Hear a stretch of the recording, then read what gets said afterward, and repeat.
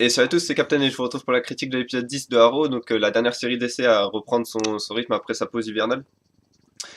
Un épisode que j'attendais particulièrement, comme vous pouvez le savoir si vous suivez un peu la chaîne, c'est-à-dire que j'avais fait pas mal de vidéos sur qui allait sauver Oliver, qu'est-ce qui allait se passer une fois que, enfin après la mort d'Oliver, etc. Alors, attendez, 2 secondes, ça sera un peu mieux comme ça. Euh, Au final, enfin, c'est comme d'habitude en fait. Dès que j'ai des attentes sur un épisode ou sur quelque chose, il y a tout de suite quelque chose qui me déçoit. Et cet épisode m'a un peu déçu. Il se rattrape sur la fin, mais il y a pas mal d'événements. Enfin, il y a surtout deux trucs qui m'ont dérangé dans cet épisode. C'est la première, c'est les flashbacks qui sont pas très bien incorporés.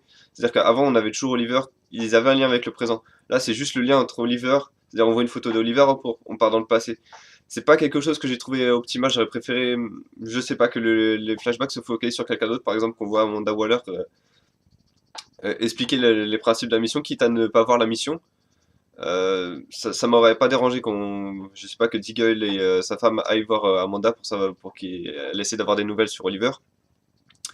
Elle en trouve pas, mais une fois que Deagle et sa femme donc quittent le bureau, on voit Amanda qui a un flashback. Ça aurait pu passer un peu mieux selon moi, parce que là c'était vraiment mettre des flashbacks pour montrer qu'Oliver est pas mort et qu'il va revenir via, entre guillemets, via les flashbacks, via ses connaissances du flashback. Je vais y revenir plus tard dans la vidéo. Le deuxième truc qui m'a dérangé, c'est le personnage de Felicity. Vous savez que je suis pas forcément fan de ce personnage. C'est surtout sans être, enfin c'est pas tellement que je suis pas fan de ce personnage, c'est surtout que les scénaristes comment dire, il y a un mot, j'ai le mot en anglais mais j'arrive pas à le trouver en français, donc ils le mettent beaucoup trop en avant. C'est-à-dire que en fait ça rejoint le fait que j'ai vu une interview du scénariste principal, donc du showrunner de la série. En fait, il disait qu'il écrivait la série surtout pour lui et pour sa femme, qui connaissait pas grand-chose aux comics. Et dans cet épisode-là, on l'a vu, c'est-à-dire que plus des trois quarts des dialogues de cet épisode sont, enfin, étaient pour l'idée enfin, je pense qu'il s'est fait à l'idée que sa femme apprécierait ces dialogues, mais enfin, c'est lourd, c'est mal joué, c'est niais, c'est déjà fait. Et puis le personnage de Felicity qui, à part d'un point A à un point B, donc déjà il y a une évolution dans le personnage, ok, mais cette évolution elle est vraiment pas bonne. C'est-à-dire que le personnage passe de je suis super gentil, etc. Enfin, depuis le début de la série, c'est ça. À je suis égoïste, je veux plus travailler avec vous, je veux plus rien faire, je reste dans mon coin à déprimer. Bon, certes, ça peut être une réaction normale, mais quand tous les autres personnages, quand Roy, quand Deagle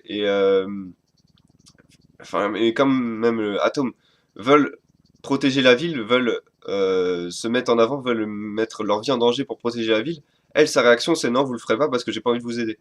C'est vraiment pas terrible, surtout qu'encore une fois, quand Roy et Deagle enfin, sont à mon avis aussi touchés que Oliver, enfin par la mort d'Oliver, eux ils continuent à se battre, ils continuent à aller de l'avant, ils continuent à voilà, progresser. Pareil pour Laurel, c'est-à-dire que sa réaction m'a bien plu également, c'est-à-dire qu'au départ elle veut pas croire à la mort, et bon, quand elle apprend qu'il est mort, elle va de l'avant, elle change à son tour. Bon.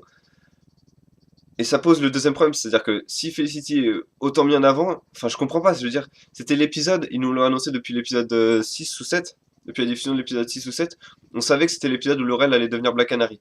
Ils avaient tout un épisode pour développer le personnage, pour rendre sa transformation un peu plus crédible. Et qu'est-ce qu'ils font? Ils passent tout l'épisode sur Felicity. Quel est l'intérêt?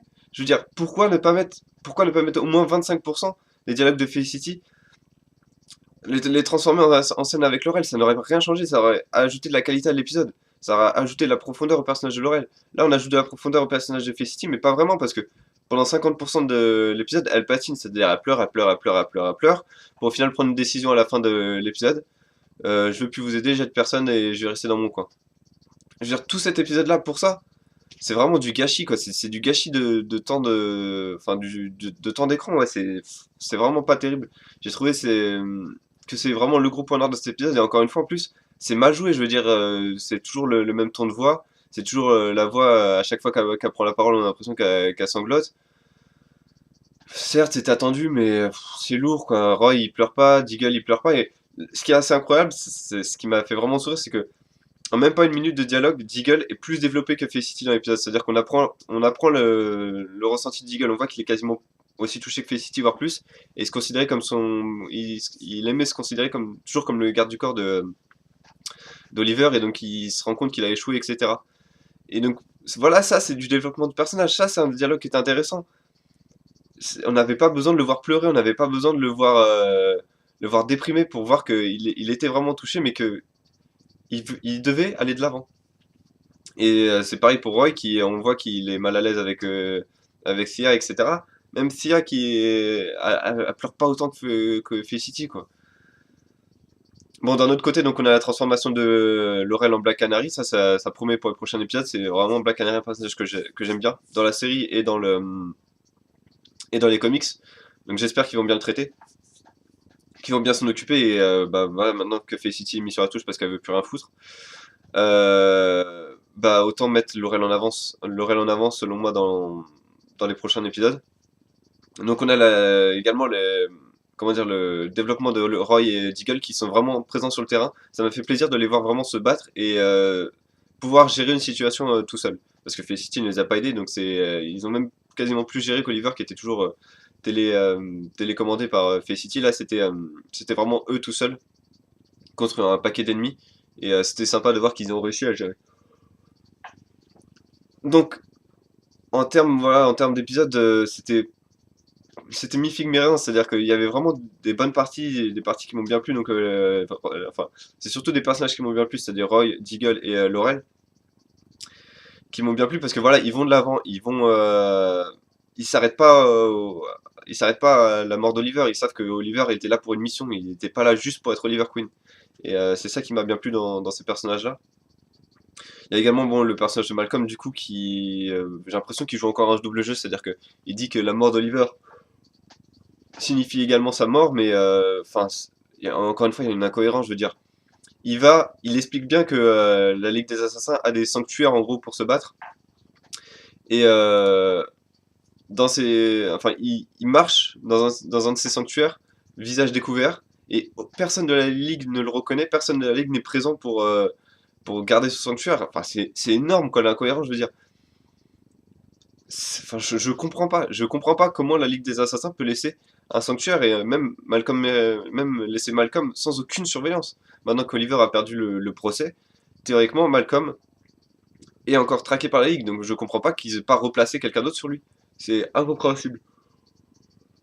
Et à mon avis, c'est une facilité scénaristique pour expliquer que voilà, fallait que quelqu'un reconnaisse aille et confirmer la mort d'Oliver, donc c'était lui, allez hop, c'est comme ça c'est fait, et en plus ça nous permet de le dégager, lui et Tia de Starling pendant un moment pour laisser place à d'autres personnages. Je pense que c'est comme ça que les scénaristes l'ont creusé. Donc on va en arriver au dernier morceau de la vidéo et de cet épisode. Oliver Queen donc, qui revient à la vie parce qu'apparemment il était vraiment mort. De toute façon, vu la chute, c'est obligé qu'il était mort, c'est pas possible autrement.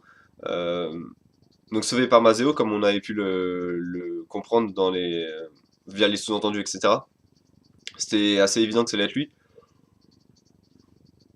Pardon, avec sa femme Katana, donc qui est. Enfin, non, elle est pas encore Katana, donc je pense que du coup, le personnage de Mazeo va certainement mourir, tué par Azal Ghul, et c'est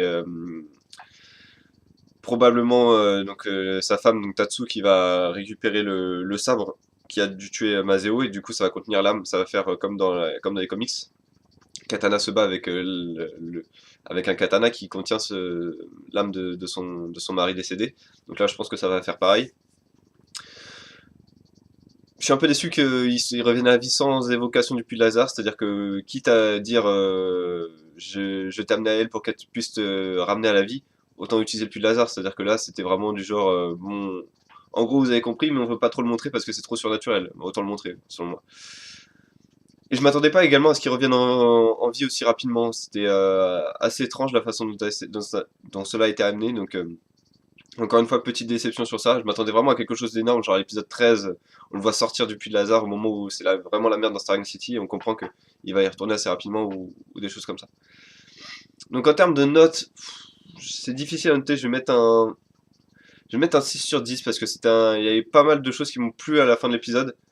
Le développement de Laurel, Roy et Deagle. Surtout la transformation de Laurel parce que le développement, on peut pas vraiment parler de développement.